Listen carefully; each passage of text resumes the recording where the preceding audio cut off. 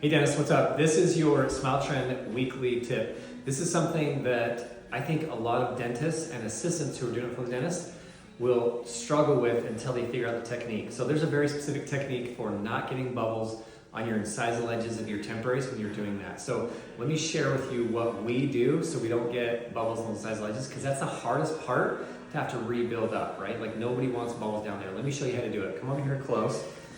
So let's say I'm doing 10 veneers, okay? So the premolars and the canine, let me go back out a second. The premolars and the canine, they kind of funnel down to one point. So you can kind of just express quickly through those. However, all the incisors have a distal corner and a mesial corner, as you know, and the bubbles are almost always one of those corners. So let me show you how to avoid getting bubbles in those corners. Come back over close, Courtney. So I'm going to express fairly quickly through these first three teeth. And as soon as I get to number 10, because I'm right-handed, so I'm going to do it this way, I'm going to express towards the distal corner. I'm going to quickly shift and express towards the mesial corner.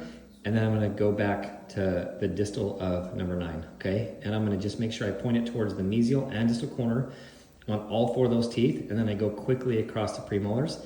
And typically, depending on how you want to do it, if you didn't get all the way up to the gingival margin, you can go back and express it up there. Or you can, if you're fast enough, you can just do it at the same time as you're going across the first time. So that's your weekly tip. The way to not get bubbles is to have the tip of your applicator pointing towards the distal, then mesial, distal, then mesial.